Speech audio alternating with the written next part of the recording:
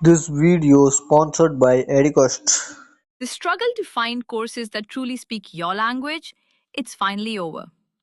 Welcome to EduQuest, where learning is made just for you. At EduQuest, we bring you a wide range of online courses, from career building programs to skill boosting masterclasses, all in your regional language. Because we believe language should never be a barrier to success. Our courses are tailor made after understanding what today's learners really need. So why wait? Start learning the smarter, simpler way only with EduQuest. Visit eduquest.courses and explore your next course today.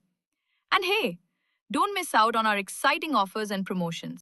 ప్రారంభ నిర్మాణం మరియు విస్తరణ 1906 చివరి త్రైమాసికంలో మద్రాస్ ఇప్పుడు చెన్నై నగరం ఎన్నడూ చూడని అత్యంత దారుణమైన ఆర్థిక సంక్షోభాన్ని ఎదుర్కొంది.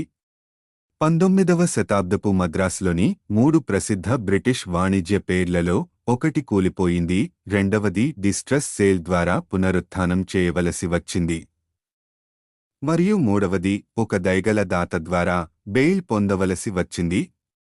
విఫలమైన అర్బుత్నాట్కో మూడింటిలో అత్యంత దృఢమైనదిగా పరిగణించబడింది. ప్యారిస్ ఇప్పుడు ఈద్ ప్యారీ వాటిలో మొట్టమొదటిది కావచ్చు మరియు బిన్నీ అండ్ కో వ్యవస్థాపకులు మద్రాస్తో పురాతన సంబంధాలను కలిగి ఉండవచ్చు, కానీ అది 1810లలో స్థాపించబడిన అర్బుత్నాట్, ఇది 19వ శతాబ్దంలో నగరం యొక్క బలమైన వాణిజ్య సంస్థ. అర్బుత్నాట్స్ దివాలా కేసులో కీలక వ్యక్తి మద్రాస్ న్యాయవాది వి. కృష్ణస్వామి అయ్యర్. ఆయన ఇండియన్ బ్యాంక్ను స్థాపించారు, ఇది జాతీయవాద ఉత్సాహం మరియు స్వదేశీ ఉద్యమం యొక్క ఒక విభాగం. అప్పటి బ్రిటిష్ అర్బుత్నాట్ బ్యాంక్ కూలిపోయి ఇండియన్ బ్యాంక్ ఉద్భవించినప్పుడు అన్నామలై చెట్టియార్ అన్నయ్య అయిన శ్రీ రామసామి చెట్టియార్ రచించిన నాగరథార్ చెట్టియార్ల మద్దతును శ్రీ వి. కృష్ణస్వామి అయ్యర్ కోరారు. శ్రీ వి. కృష్ణస్వామి అయ్యర్ మరియు శ్రీ రామసామి చెట్టియార్ ఇండియన్ బ్యాంక్ యొక్క మొదటి డైరెక్టర్లలో ఒకరు. తరువాత 1915లో శ్రీ అన్నామలై చెట్టియార్ ఇండియన్ బ్యాంక్ బోర్డులోకి చేర్చబడ్డారు. ఇది 1907 ఆగస్టు 15న మద్రాసులోని ప్యారీ కార్నర్లోని ప్యారిస్ బిల్డింగ్లో ప్రధాన కార్యాలయంతో కార్యకలాపాలను ప్రారంభించింది. 1932లో ఐబీ కొలంబోలో ఒక శాఖను ప్రారంభించింది. ఇది 1935లో సిలోన్లో జాఫ్నాలో తన రెండవ శాఖను ప్రారంభించింది, కానీ 1939లో దానిని మూసివేసింది. ఐబీ తరువాత 1940ల చివరిలో బర్మాలోని రంగుల్లో ఒక శాఖను ప్రారంభించింది. తరువాత 1941 చివరిలో ఐబీ సింగపూర్, కౌలాలంపూర్, ఇపో మరియు పెనాంగ్లలో శాఖలను ప్రారంభించింది. యుద్ధ అత్యవసర పరిస్థితుల కారణంగా ఐబీ తన సింగపూర్ మరియు మలయన్ శాఖలను నెలల తరబడి మూసివేయవలసి వచ్చింది. సింగపూర్ శాఖను మూసివేయడం వలనకి స్వల్ప నష్టం వాటిల్లింది. మలయాలో శాఖలను కోల్పోవడం చాలా ఖరీదైనది. రెండవ ప్రపంచ యుద్ధం ఫలితంగాకి మరింత ఆర్థిక సమస్యలు ఎదురయ్యాయి మరియు 1942లో భారతదేశంలోని దాని అనేక శాఖలను మరియు కొలంబోలోని దాని శాఖను కూడా మూసివేయవలసి వచ్చింది. యుద్ధం తర్వాత 1947లో అది కొలంబోలో తన శాఖను తిరిగి తెరిచింది. 3 ఇండియన్ బ్యాంక్ బర్మా, మలయన్ మరియు సింగపూర్లలో తన శాఖలను కూడా తిరిగి తెరిచింది. చివరిసారిగా 1962లో బర్మా ప్రభుత్వం 1963లో ఇండియన్ బ్యాంక్ శాఖతో సహా అన్ని విదేశీ బ్యాంకులను జాతీయం చేసింది. 1960లలో రాయలసీమ బ్యాంక్ అంచనా 1939, మన్నర్గుడి బ్యాంక్ అంచనా 1932, బ్యాంక్ ఆఫ్ అలగపురి, సేలం బ్యాంక్ అంచనా 1925 మరియు ట్రిచి యునైటెడ్ బ్యాంక్లను కొనుగోలు చేయడంతో ఐబీ దేశీయంగా విస్తరించింది. 1965లో వొరైయూర్ కమర్షియల్ బ్యాంక్ అంచనా 1948, పాలక్కరై బ్యాంక్ మరియు టెన్నూర్ బ్యాంక్ అంచనా మార్చి 3 విలీనం ఫలితంగా ట్రిచి యునైటెడ్ ఏర్పడింది. ఇవన్నీ చిన్న బ్యాంకులు, ఫలితంగా అన్ని కొనుగోళ్లు ఐబీ నెట్వర్క్కు దాదాపు 38 శాఖలను మాత్రమే జోడించాయి. ట్రిచి యునైటెడ్కు 5 శాఖలు ఉన్నాయి మరియు 1967లో దాని కొనుగోలుతో ఐబీ శాఖల సంఖ్య 210కి చేరుకుంది.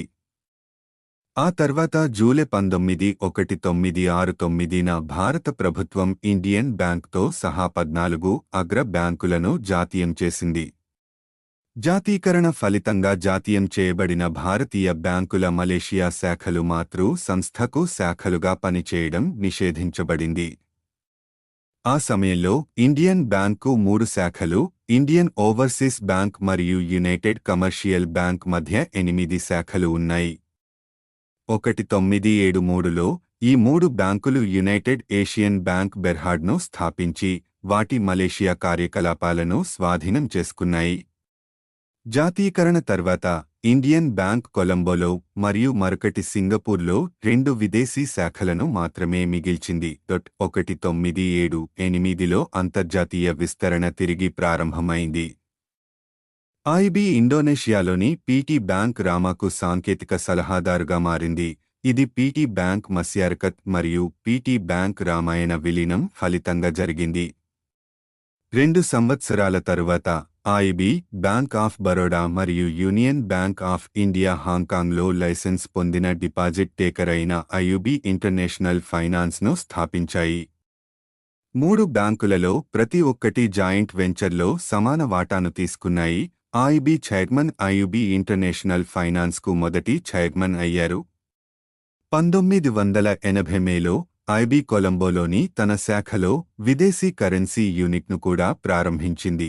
1981లో ఐబీ తన మొదటి ప్రాంతీయ గ్రామీణ బ్యాంకు శ్రీ వెంకటేశ్వర గ్రామీణ బ్యాంకును చిత్తూరులో స్థాపించింది. 1983లో తమిళ వ్యతిరేక అల్లర్ల రూపంలో జాతిపరమైన మతపరమైన హింస ఫలితంగా కొలంబోలోని ఇండియన్ ఓవర్సీస్ బ్యాంక్ శాఖ దహనం అయింది. సింహళ జనాభాతో బలమైన సంబంధాలు కలిగి ఉన్న ఇండియన్ బ్యాంక్ ఈ ప్రమాదం నుండి తప్పించుకుంది.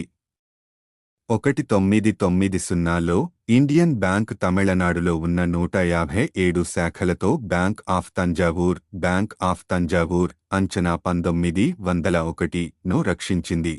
1992లో అప్పటి chairman M.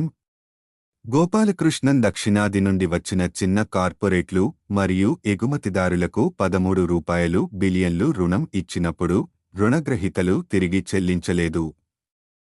1998లో bank of Baroda హాంకాంగ్లోని ఐయుబీ international ఫైనాన్స్లోని తన భాగస్వాములను కొనుగోలు చేసింది. హాంకాంగ్ చైనా నియంత్రణలోకి తిరిగి వచ్చిన తర్వాత నియంత్రణ మార్పులకు ప్రతిస్పందనగా ఇది స్పష్టంగా ఉంది. ఐయుబీ బ్యాంక్ ఆఫ్ బరోడా హాంకాంగ్గా మారింది. ఇది పరిమితం చేయబడిన లైసెన్స్ బ్యాంకు. జూన్ 2015లో బ్యాంక్ వ్యాపారం 3 లక్షల కోట్ల రూపాయలు $34 అమెరికన్ బిలియన్ మైలురాయి లక్ష్యాన్ని దాటింది. ఆగస్టు 30న అలహాబాద్ బ్యాంక్ను ఇండియన్ బ్యాంక్లో విలీనం చేస్తున్నట్లు ఆర్థిక మంత్రి నిర్మలా సీతారామన్ ప్రకటించారు. ప్రతిపాదిత విలీనం $8.08 లక్షల కోట్ల రూపాయలు $92 అమెరికన్ బిలియన్లు ఆస్తులతో దేశంలో 7వ అతిపెద్ద ప్రభుత్వ రంగ బ్యాంకుగా అవతరిస్తుంది. కేంద్ర మంత్రివర్గం మార్చి 4/2020న విలీనాన్ని ఆమోదించింది. ఇండియన్ బ్యాంక్ ఏప్రిల్ 1, 2020న అలహాబాద్ బ్యాంక్ నియంత్రణను చేపట్టింది. కీలక మైలురాళ్లు 1907 ఈ బ్యాంకు మార్చి 1907న ఇండియన్ కంపెనీల చట్టం 1882 ప్రకారం ఈ ఇండియన్ బ్యాంక్ లిమిటెడ్ గా విలీనం చేయబడింది మరియు 15 ఆగస్టు 1907న కార్యకలాపాలను ప్రారంభించింది. 1932 ఈ బ్యాంకు తన కొలంబో శాఖను ప్రారంభించింది. 1941 ఈ బ్యాంకు తన సింగపూర్ శాఖను ప్రారంభించింది. 1962 ఈ bank Rayalaseema bank, Alagapuri bank, Salem bank, Mannargudi bank మరియు తిరుచి యునైటెడ్ బ్యాంకులను కొనుగోలు చేసింది. 1969 ఈ బ్యాంకు జాతీయం చేయబడింది.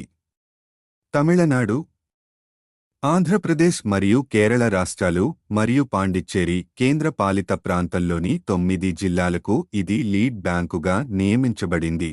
1970 బ్యాంకు ప్రధాన కార్యాలయాన్ని సొంత భవనానికి మార్చారు. 1981 బ్యాంక్ స్పాన్సర్ చేసిన మొదటి ప్రాంతీయ గ్రామీణ బ్యాంకు శ్రీ వెంకటేశ్వర గ్రామీణ బ్యాంకు స్థాపించబడింది. 1989 Indian bank merchant banking services అనుబంధ సంస్థగా విలీనం చేయబడింది. బ్యాంక్ ఆఫ్ తంజావూర్ లిమిటెడ్ 157 శాఖలతో విలీనం చేయబడింది. 1991 ఇండియా బ్యాంక్ హౌసింగ్ లిమిటెడ్ అనుబంధ సంస్థగా విలీనం చేయబడింది. 1994 ఇండియన్ బ్యాంక్ మ్యూచువల్ ఫండ్ కార్యకలాపాలను నిర్వహించడానికి ఇండియా ఫండ్ మేనేజ్మెంట్ లిమిటెడ్ స్థాపించబడింది. 2006-07 bank oriental bank of commerce మరియు కార్పొరేషన్ బ్యాంక్తో వ్యూహాత్మక పొత్తు పెట్టుకుంది. 2012 ఇండియన్ బ్యాంక్తో బ్యాంక్ యొక్క పూర్తిగా యాజమాన్యంలోని అనుబంధ సంస్థ అయిన Messrs India fund management limited యొక్క విలీన పథకం 2020 ఏప్రిల్ 1, 2022న ఇండియన్ బ్యాంక్ మరియు అలహాబాద్ బ్యాంక్ విలీనం అయ్యాయి. దేశంలోని పురాతన joints stock bank Allahabad bank భారతదేశంలో వ్యవస్థీకృత పరిశ్రమలు, వాణిజ్యం మరియు బ్యాంకింగ్ రూపుదిద్దుకుంటున్న సమయంలో అలహాబాద్లో యూరోపియన్ల బృందం ఏప్రిల్ 24, 1865న స్థాపించబడింది. ఆ విధంగా బ్యాంకు చరిత్ర ఇప్పుడు 3 శతాబ్దాలుగా విస్తరించి ఉంది. భారతీయ బ్యాంకులు వ్యక్తిగత రుణాల వృద్ధిని నిర్ణయించాయి.